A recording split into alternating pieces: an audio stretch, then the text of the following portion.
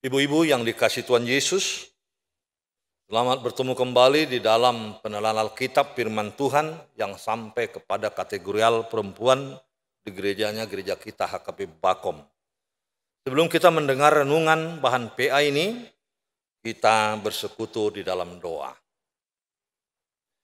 Bapa Sorgawi dalam Yesus Kristus Tuhan Juru Selamat kami, terima kasih ya Allah yang memberi kesempatan kepada kaum ibu kategorial perempuan untuk bersekutu mendengar firman Tuhan melalui link virtual atau kecanggihan teknologi yang dipakai gerejamu di dalam pemberitaan firman Tuhan. Yesus Kristus Tuhan Juru Selamat kami bersyukur atas kesempatan kami boleh mendengarkan firman-Mu. Sebab itu berfirmanlah Tuhan, karena ibu-ibu juga telah siap mendengarkan Engkau walaupun belum secara tatap muka. Terima kasih ya Allah, kami berdoa bersyukur atas nama Tuhan Yesus Kristus Tuhan Juru Selamat kami. Amin. Ibu-ibu yang dikasihi Yesus, firman Tuhan yang sampai kepada kita di penelanan Alkitab kategorial perempuan adalah dari Injil Yohanes pasal 10 ayat 11 sampai ayat 21. Saya mau bacakan untuk kita, demikian firman Tuhan. Akulah gembala yang baik. Gembala yang baik memberikan nyawanya bagi domba-dombanya.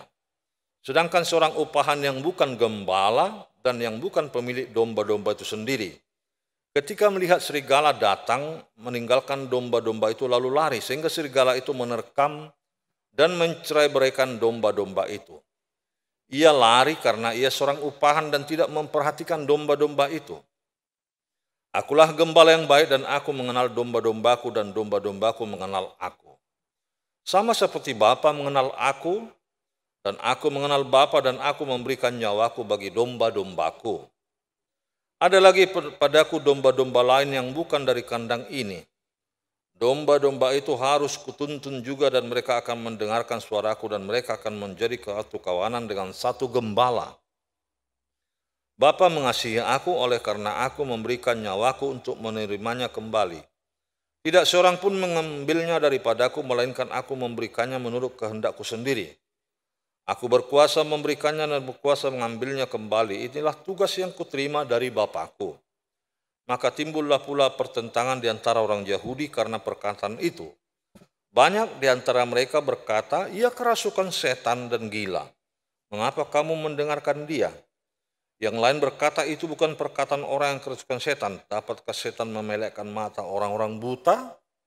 Sedemikian pembacaan firman Tuhan. Ibu-ibu yang dikasihi Yesus, PA ini menjadi menarik. Mengapa? Adalah sesuatu yang bukan kebetulan sebenarnya, bahwa Yesus dipersonifikasikan menjadi seorang gembala yang tentu berhubungan dengan gembalanya, yaitu domba.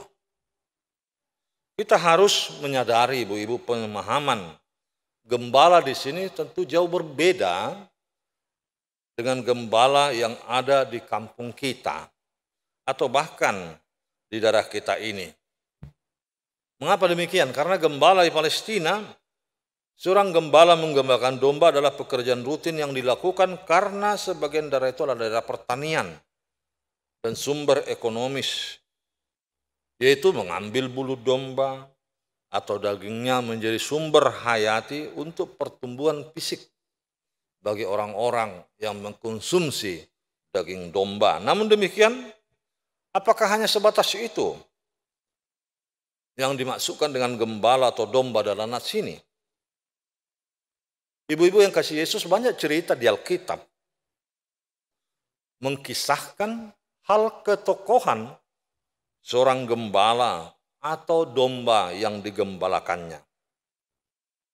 Domba yang digembalakan sebagai ternak itu misalnya Daud sebagai gembala, atau di dalam nats Mazmur kita banyak temukan bagaimana pemazmur mengungkapkan keyakinan penyertaan Tuhan, digambarkan bahwa Tuhan adalah gembala. yang tidak membuat domba kekurangan. Seperti Mazmur 23. Di tokoh Alkitab yang lain, Esau adalah juga seorang gembala, peternak, yang begitu dikasihi Yakub. Yang dikasihi Ishak, maaf. Mengapa? Karena Ishak sangat sayang kepada Esau. Walaupun akhirnya hak kesulungan diambil oleh Yakub. Ibu-ibu yang kasih Yesus, itu sebagian gambaran di dalam Alkitab. Kini kita mau adaptasikan apa yang dimaksudkan Yesus yang menyatakan diri sebagai gembala yang baik. Berarti ada pula gembala yang tidak baik, jelas. Namun sebelum melangkah jauh membahas firman ini, kita harus sadari di satu sisi kita adalah domba, di satu sisi juga yang lain kita adalah gembala. Mengapa demikian? Kita adalah domba Allah. Kita juga adalah sebagai gembala terhadap domba yang ada di hadapan kita, yakni keluarga, anak-anak, tempat kita bekerja, sebagai atasan atau pemimpin, bahkan di lingkungan perumahan atau di lingkungan gereja barangkali ibu-ibu, sebagai pengurus kumpulan kaum perempuan KUR. Kita mau belajar dari apa yang dikatakan Yesus. Yang pertama, keteladanan seorang gembala yang baik. Dia ini adalah seorang yang rela berkorban. Dan itulah model yang dimaksud dalam ayat 11. Di mana Yesus adalah anak domba Allah yang menanggung dosa dunia. Yesus memberi keteladanan kepada kita sebagai gembala di dunia ini. Bahwa kita harus mampu rela berkorban. Baik waktu, bahkan bisa-bisa ke arah ekonomi. Walaupun itu tidak mutlak masalah ekonomi. Namun melihat fungsi gembala sebagai teladan, kerelaan berkorban menjadi contoh yang patut diteladani ibu-ibu. Karena bagaimana sekalipun jika gembala melepaskan tanggung jawab, hanya sebagai nama saja dia gembala, kuranglah baik. Atau sebaliknya juga domba yang digembalai acuh tak acuh, tak peduli terhadap pengorbanan gembalanya. Sehingga adalah kesia-siaan yang tak bernilai. Apa yang diperbuat gembalanya disepelekan oleh domba. Itulah yang terjadi kadang-kala dalam hidup ini. Gembala yang baik penuh tanggung jawab menyelamatkan domba-dombanya dan pengorbanan yang dilakukan Yesus sampai meregang nyawa mati kayu salib demi keselamatan kita domba-dombanya. Itu yang diperbuat Tuhan untuk kita. Yang kedua, mengenal dekat. Sangat dekat terhadap domba-dombanya. Dan ini menjadi tolok ukur saudara-saudara khusus ibunya dalam penggambalan terhadap domba-domba yang ada di hadapan kita. Yaitu pengenalan nama-nama domba. Kedekatan ini, apa hubungan yang baik ini dalam pemanggilan, penyebutan nama sebagai identitas terhadap domba-domba memungkinkan terjalinnya kerjasama yang baik. Karena apa? Kedekatan emosional gembala dengan dombanya. Hubungan yang dekat ini juga digambarkan dalam diri Tuhan Yesus, di mana Sang Bapa mengenal anaknya yaitu Yesus Kristus dan Yesus sebagai anak domba Allah dalam tugas suruhan memikul salib, memikul dosa dunia ini. Yesus setia dalam tugas suruhan ini. Yesus setia akan perintah Tuhan. Tentunya kita juga dituntut untuk setia dalam tugas suruhan terhadap yang kita kenal atau bahkan barangkali nanti diuraikan dalam nas ini kepada mereka juga yang tidak dikenal. Walaupun itu dimungkinkan dalam pelayanan sebagai gembala terhadap kumpulan jemaat yang baru di tempat gembalaan baru, bahwa tidak otomatis secepat itu mengenal domba-domba.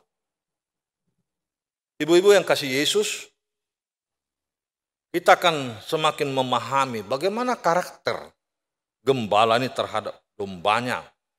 Dan juga karakter domba-domba yang digembalakan.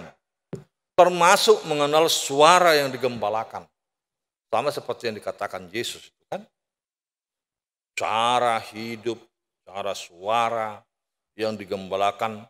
Nampak apakah domba itu sakit, gembira, atau apa yang dihadapi dalam persoalan domba-domba itu. Dari suaranya dikenal. Yang berikut, ibu-ibu, kita harus melihat kehidupan domba di sekitar kita atau bahkan dalam diri kita. Ketidakacuan. Apakah ketidakacuan ini juga hanya terhadap diri domba? Di gembala sendiri pun ada.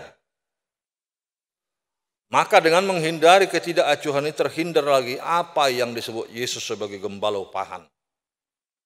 Makanya buang hidup acuh. Yesus memberi gambaran contoh dalam pelayanannya. Dan siapa-siapa yang tidak setia, yang hanya diukur dipakai sebagai gembala upahan karena uang. Dan hidupnya penuh dengan materialisme. Bukan berarti uang tidak perlu ibu-ibu. Sangat perlu untuk ibu-ibu juga sangat butuh. Namun uang bukan di atas segala-galanya. Karena firman Tuhan berkata, di mana hartamu berada, di situ hatimu berada. Atau akar dari segala kejahatan, akar dari segala dosa adalah cinta uang. Ketidakacuhan gembala dimulai dengan hati yang penuh. Dengan apa yang dikerjakan, diukur, dibayar dengan uang. Jika uang sedikit, upahnya sedikit, maka kerja gembala akan acuh tak acuh memberi perhatian. Dan jika pun memperhatikan hanya jika tuannya atau pemilik domba datang melihat kinerjanya. Bukan berarti tidak ada penghargaan terhadap gembala yang rajin yang akan diberi hadiah atau reward. Namun kecenderungannya ibu-ibu adalah untuk kesenangan penyelamatan diri sendiri.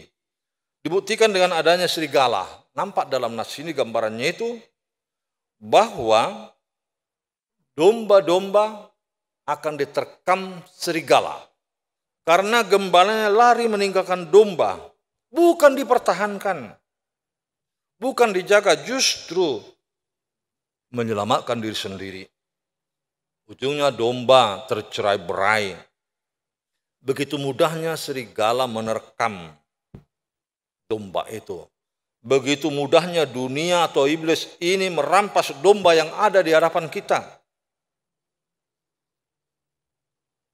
Oleh sebab itu, ibu-ibu, kita harus waspada, kita harus rela berkorban, memberi waktu, memelihara dan mengawasi, memperjuangkan supaya domba-domba itu selamat dari terkaman serigala yang terus mengancam mengambil domba-domba kita. Dan ini menjadi pelajaran berharga bagi ibu-ibu. Ibu-ibu yang terus-menerus sibuk, ibu-ibu yang terus berdalih kerja, atau kegiatan yang penuh sesak di rumah misalnya, tanpa memperhatikan, tanpa memberi waktu untuk domba-domba yang ada. Dalih, alasan, sibuk. Kalau waktu yang lalu, arisan lah dan lain sebagainya. Makanya yang terakhir ini domba yang turut serta dan patut diperhatikan. Siapa-siapakah itu? Banyak domba yang minta diperhatikan dan banyak pula domba yang sangat memperhatikan gembalanya. Nah ini, ada domba yang tidak mau peduli terhadap gembalanya karena mereka berkata, itu kan tugasmu. Ibu-ibu yang kasih Yesus, janganlah seperti itu. Dalam nas ini Yesus mengungkapkan masih ada kumpulan lain yang belum tergabung. Dan itu akan ditarik dan memberi waktu, memberi perhatian, dan bahkan ikut serta dalam arak-arakan kebersama-samaan domba. Dan ini tidak boleh dilupakan. Ibu-ibu juga jangan hanya kumpulan itu. Tapi bagaimana boleh bersaksi dalam kata perbuatan terhadap orang yang belum masuk kumpulan domba-domba yang ibu gembalakan. Di dalam kumpulan kita atau bahkan saudara-saudara yang lain yang belum masuk. Kita harus berikan waktu perhatian, minimal mendoakan mereka supaya turut serta mengecap keselamatan yang diberikan Tuhan. Semuanya ini didasari karena kasih, ayat 17.